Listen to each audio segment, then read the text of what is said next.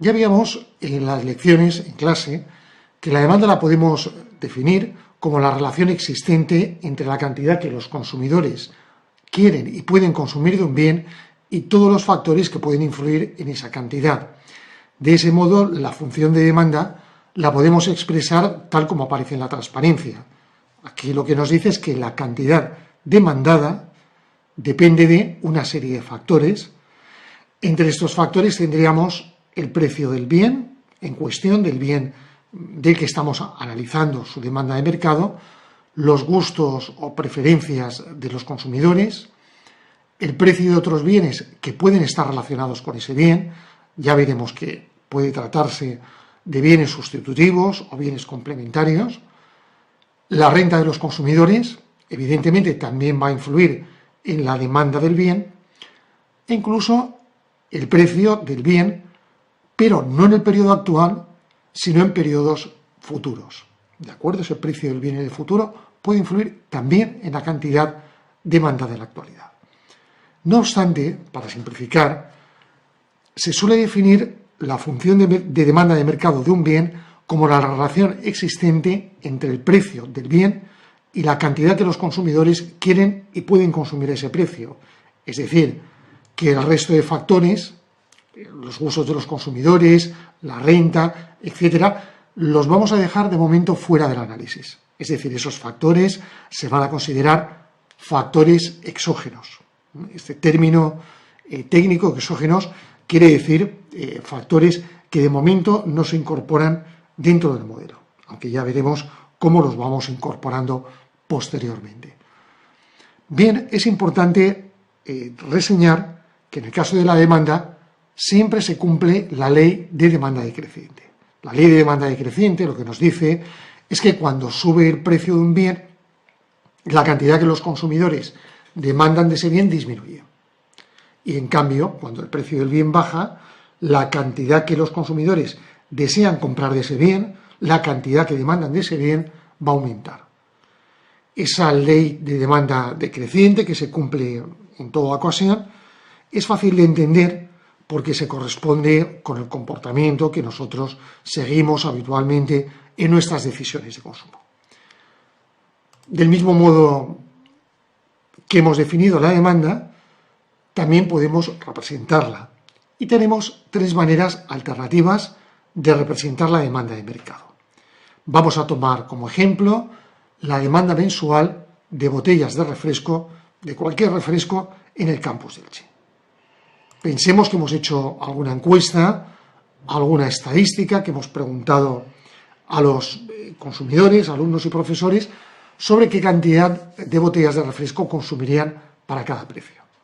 Por ejemplo, si el precio fuese de 0 euros, es decir, que esas botellas se regalasen, vamos a pensar que hasta que se saciasen, los usuarios del campus de Elche consumirían 20.000 botellas al mes. La tabla viene expresada en miles. Si el precio por botella fuese de 1 euro, pensemos que los usuarios consumirían 16.000 y así sucesivamente, hasta llegar a un precio de 5 euros por botella de refresco, para el cual los usuarios no consumirían nada. Bueno, pues esta forma de representar la demanda es la que conocemos como tabla de demanda. Alternativamente, también podemos representar la demanda en un gráfico. Ese gráfico simplemente es la representación de los datos de la tabla. Comprobamos que para un precio de 0 euros, es decir, nos situamos aquí abajo del todo del eje vertical, la cantidad demandada sería 20.000 botellas al mes. Para un precio de 1 euro, la cantidad demandada 16.000 y así sucesivamente hasta un precio de 5 euros, para el cual la cantidad demandada, que es lo que medimos aquí en el eje horizontal, sería de 0 unidades. Precio de 5, estamos aquí, cantidad 0. Estas son dos formas alternativas. Tenemos otra forma más de representar la demanda, que sería a través de la función de demanda. La función es una expresión aritmética que nos relaciona la cantidad demandada con el precio. Podemos comprobar que esta función se corresponde a los datos de la tabla de demanda y a los datos también que representamos en el gráfico. Observamos, por ejemplo, que si sustituimos el valor 0 en la función, tendríamos que la cantidad demandada sería 20 menos 4 por 0, que es 0, 20. Si sustituimos el precio 1, 20 menos 4 por 1, que es 4, 16. Así sucesivamente podríamos ir obteniendo todos los valores de la tabla de demanda. Una vez que tenemos definida la demanda, hay que destacar dos cuestiones importantes que se observan en la transparencia. La primera es que la cantidad demandada varía de forma inversa al precio en relación a esa ley de demanda decreciente que hemos visto, y por lo tanto la recta de demanda siempre va a tener pendiente negativa, es decir, siempre va a estar inclinada hacia abajo.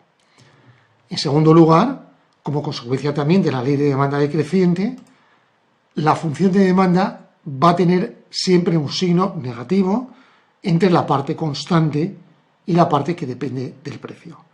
Nunca encontraremos una función de demanda de mercado que tenga signo positivo. Si fuese así, es un error, porque la relación entre precio y cantidad es siempre una relación inversa. Del mismo modo que hemos definido y representado la demanda, podemos definir también la oferta. Definimos como función de oferta de mercado de un bien a la relación existente entre la cantidad que los productores quieren y pueden producir de ese bien y los distintos factores que pueden influir en esa cantidad. La función de oferta puede expresarse como aparece en la transparencia. La cantidad ofertada dependería de distintos factores. Distintos factores como son el precio del bien, los costes de producción, el precio de bienes que pueden estar relacionados con ese bien, le llamamos P sub I, P sub J, P, lo que sea, precios de otros bienes. Incluso la cantidad ofertada también puede depender del precio del bien en periodos futuros o en periodos anteriores. Para simplificar, como hacíamos con la demanda, solemos definir la función de oferta de mercado de un bien a la relación que existe entre el precio del bien y la cantidad que los productores quieren y pueden producir a ese precio. Es decir, la oferta es función del precio. El resto de factores que pueden influir en la oferta los vamos a considerar factores exógenos, es decir, factores que inicialmente no incluimos en el modelo, pero que después iremos incorporando para ver cómo afectan al equilibrio. Al contrario de lo que ocurre con la demanda, cuando sube el precio de un bien, la cantidad que los productores quieren producir va a aumentar, y en cambio cuando el precio baja, la cantidad que los productores quieren producir va a disminuir. Luego la relación entre precio y cantidad ofertada es una relación directa. Del mismo modo, y ahora lo veremos en la transparencia, del mismo modo que representábamos la demanda, también la oferta la podemos presentar de tres modos. Vamos a seguir con el ejemplo de la oferta, en este caso, de botellas de refresco en el campus Elche. El primer modo de representar esa oferta sería a través de una tabla que nos diría para cada precio cuál es el total de botellas ofertadas por los productores. Aquí en esta tabla los datos también vienen en miles. Por ejemplo, si el precio fuese 0, los productores pensemos que estarían dispuestos a regalar 2.000 botellas, ¿de acuerdo? Aunque fuese para crear cierto hábito de consumo. Si el precio fuese de 1 euro, desearían producir y ofrecer 4.000 botellas, 2 euros 6.000, y así sucesivamente podemos seguir hasta donde queramos, pero dejamos la tabla aquí en 6 euros por botella, 14.000 botellas ofertadas. Muy bien, pues estos datos de la tabla los podemos trasladar a un gráfico de oferta. Ese gráfico de oferta es muy fácil de obtener, simplemente tendríamos que ir representando los pares de valores del precio y la cantidad. Para un precio de 0, la cantidad sería 2.000, para un precio de 1, la cantidad tendríamos 4.000, y así sucesivamente. Por ejemplo, para un precio de 4, la cantidad ofertada sería 10.000. podríamos seguir con este gráfico de oferta. Finalmente, la oferta también la podemos representar a través de la función de oferta, a través de la relación aritmética que nos relaciona el precio con la cantidad. Esta función de oferta del ejemplo se corresponde a los datos de la tabla y a los datos también del gráfico. Podemos comprobar que, por ejemplo, para un precio 0, la oferta sería de 2. 2 por 0, 0, más 2, 2. Para un precio de 1, por ejemplo, la oferta sería de 4. 2 por 1, 2, más 2, 4. Y así sucesivamente podríamos ir obteniendo todos los datos de la tabla.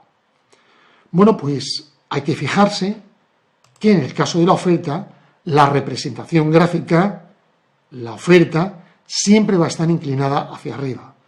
Técnicamente diríamos que siempre va a tener pendiente positiva.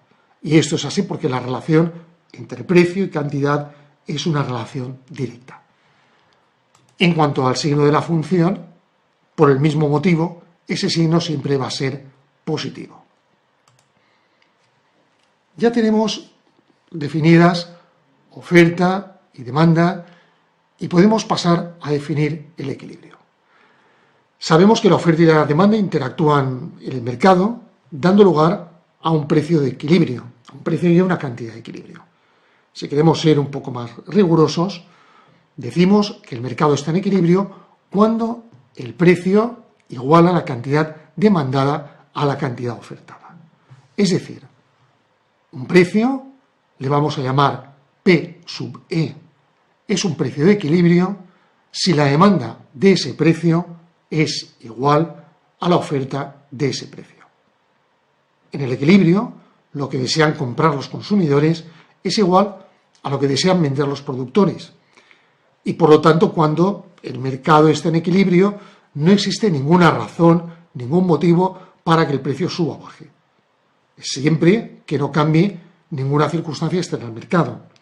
En el equilibrio, los consumidores están comprando lo que desean comprar y al precio que lo quieren comprar, y los productores están produciendo lo que quieren producir a ese precio. Por lo tanto, no se modificará si no cambia ninguna circunstancia externa. Y de ahí que llamemos a ese precio el precio de equilibrio. Bueno, pues el equilibrio se puede obtener bien a partir de la tabla, a partir del gráfico o a partir de las funciones. También estos instrumentos nos sirven para analizar qué es lo que sucede en las situaciones que están fuera del equilibrio. Bueno, vamos a ir viendo la obtención del equilibrio. En primer lugar, es fácil obtener el equilibrio a partir de los datos de la tabla de demanda y oferta. En esta tabla tenemos representados, en primer lugar, los precios, en la segunda columna, las cantidades demandadas en miles de botellas, y en la tercera columna, las cantidades ofrecidas en miles de botellas. Es fácil ver que al precio P3, la cantidad demandada y ofertada coinciden en 8, y por lo tanto el precio de equilibrio sería ese precio, P igual a 3, y la cantidad de equilibrio sería 8. Al precio de equilibrio no existe ni exceso de demanda ni exceso de oferta, porque lo que los compradores quieren comprar es exactamente igual a lo que los compradores quieren producir a ese precio. Ahora bien, ¿qué sucede en las situaciones que están fuera del equilibrio?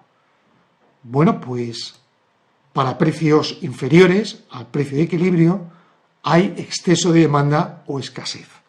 Esto quiere decir que lo que los compradores quieren comprar es mayor, es superior a lo que los productores quieren producir.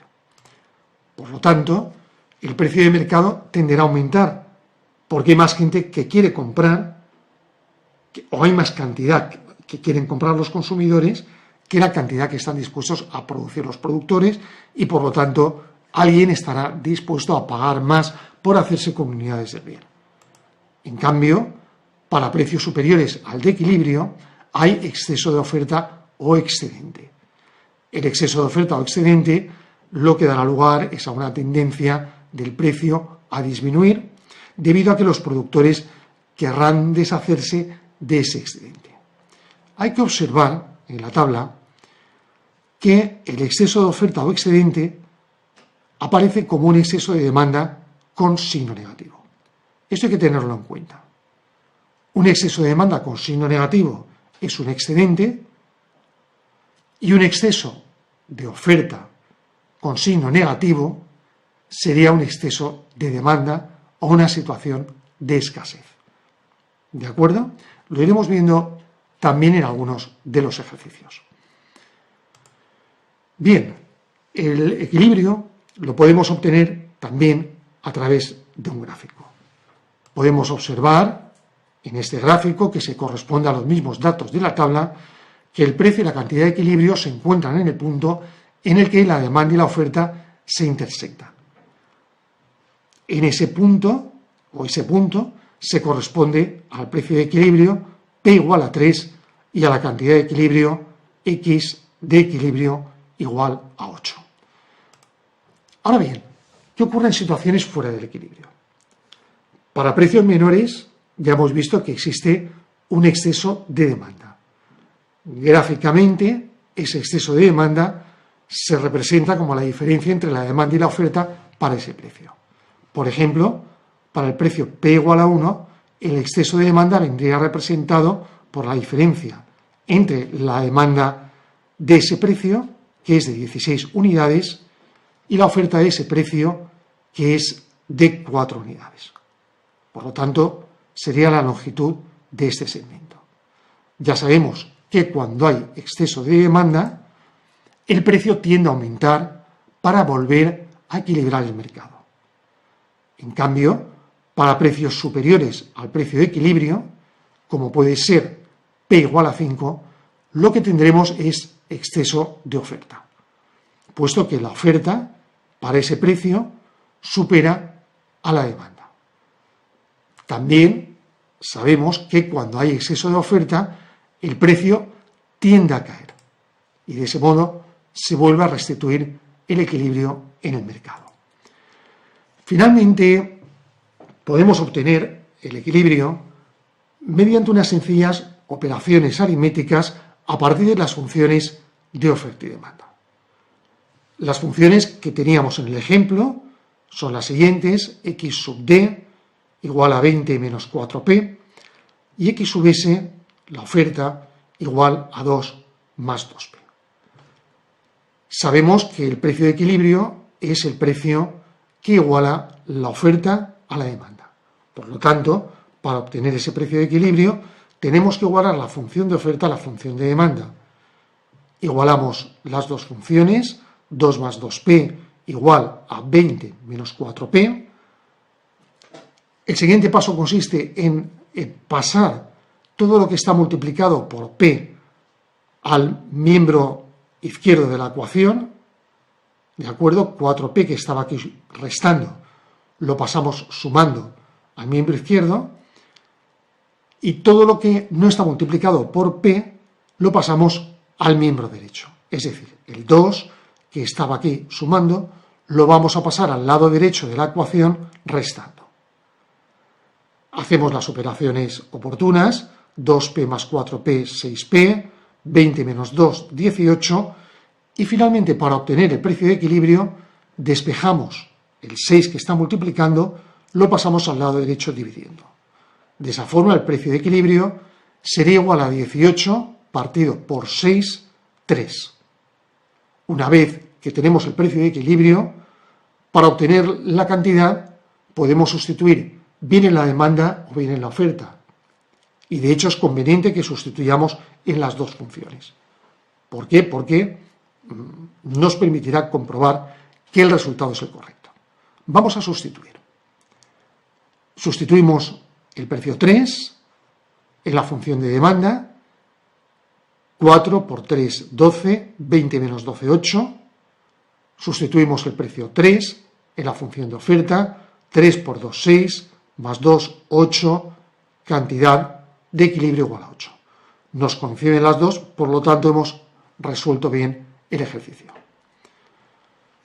Podemos saber a través de las funciones de demanda y de oferta qué ocurre en las situaciones que están fuera del equilibrio. Podemos calcular los excesos de demanda y de oferta, vamos a ver que también es muy sencillo. Pensemos que el precio es P igual a 5, podemos comprobar que para ese precio, que es superior al de equilibrio, hay un exceso de oferta. En este caso es muy fácil de calcular. Sustituimos ese precio P igual a 5 en la demanda y tendríamos que la cantidad demandada es 20 menos 20, 0. Sustituimos el precio en la oferta y la cantidad ofertada sería 10 más 2, 12. Luego hay un exceso de oferta de 12 menos 0 igual a 12. Si el precio fuese un precio inferior al de equilibrio, como P igual a 1, el que también utilizábamos en el gráfico de la transparencia anterior, podemos comprobar que existe un exceso de demanda. La demanda para el precio de 1 sería 20 menos 4 por 1, 16, y la oferta para el precio igual a 1, 2 por 1, 2, más 2, 4. Luego tendríamos un exceso de demanda de 16, que es la cantidad demandada para ese precio, menos 4, 12. ¿De acuerdo? Luego, además del equilibrio, las funciones de oferta y de demanda nos permiten también saber qué ocurre para precios distintos del equilibrio. Muy bien, pues a continuación vamos a ver algunos problemas muy sencillos relacionados con el cálculo del equilibrio, su representación y con el cálculo de excesos de oferta y de demanda.